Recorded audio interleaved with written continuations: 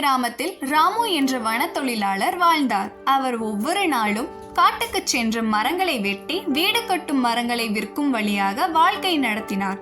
ஒரு நாள் ராமு நதிக்கரையில் மரம் வெட்டி கொண்டிருந்த போது திடீரென அவரது கோடாரி கைவிட்டு நதிக்குள் விழுந்து விட்டது. ஐயோ, இப்ப நான் என்ன செய்வேன்? இந்த நதி ரொம்ப ஆழமா இருக்குமே. என் கோடாரி எங்க போச்சுனே தெரியலையே. கடவுளே, என்கிட்ட இருந்த ஒரே ஒரு கோடாரி அதான். இப்ப நான் என் குடும்பத்தை எப்படி காப்பாத்த போறேன்? கடவுளே, என்னை காப்பாத்து. அந்த நேரம் ஒரு தேவதை நீரில் இருந்து தோன்றி ராமுவை பார்த்து கேட்டாள். ராமு, ஏன் சேடா இருக்க? என்னாச்சு உனக்கு? என்னோட கோடாரி நதிக்குள்ள விழுந்துருச்சுமா, அது இல்லாம என் வாழ்க்கை நடத்த முடியாதுன்னு அப்படின்னு சொன்னாரு.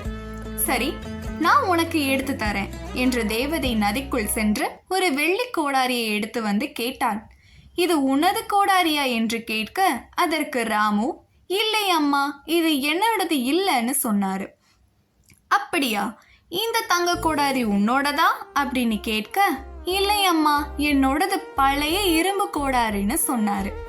இதோ உன் பழைய இரும்பு கோடாரி அப்படின்னு காமிக்க ராமு ஹாப்பியா சொன்னாரு. ஆமா, இதுதான் என் கோடாரி அம்மா, நன்றி அம்மா அப்படின்னு சொல்ல தேவதை ராமுவின் நேர்மையை பாராட்டி தங்கம், வெள்ளி மற்றும் இரும்பு 3 கோடாரிகளையும் பரிசாக அளித்தாள்.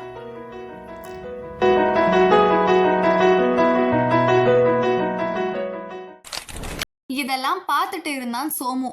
உடனே அவனும் ஒரு பிளான் போட்டான். அடுத்த நாள் அவன் கிட்ட இருந்த பழைய கோடாரியை தண்ணியில தூக்கி போட்டான். போட்டுட்டு ஒரு நடிப்பு போட்டான் பாருங்க. ஐயையோ, என்னோட கோடாரி விழுந்துருச்சே, யாராவது வாங்க அப்படின்னு. உடனே தேவதை வந்தாள். சோமு, என்னாச்சு உனக்கு? ஏன் சேடா இருக்க? ஏன் கத்துகிறாய் அப்படின்னு தேவதை கேட்க அதற்கு சோமு சொன்னான், என்னோட கோடாரி தண்ணியில விழுந்துருச்சுமா அப்படின்னு சொல்ல, சரி கவலைப்படாத, நான் எடுத்து தரேன்னு சொன்னாங்க. தங்க கோடாரியை காமித்தாள். உடனே சோமு, இதுதான் என்னோடதுன்னு சொல்லி வாங்க பார்த்தான். உடனே தேவதைக்கு கோபம் வந்து விட்டது.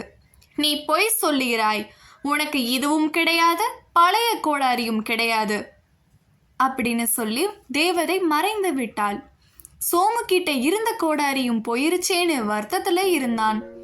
பேராசை காரணமாக அவனுக்கு கிடைத்ததை பாத்தீங்களா குட்டீஸ்? எப்பவுமே நேர்மை தான் வின் பண்ணும். ஸோ நம்ம எப்பவுமே ராமு மாதிரி ஹானஸ்டா இருக்கணும். தேங்க்யூ ஃபார் வாட்சிங்.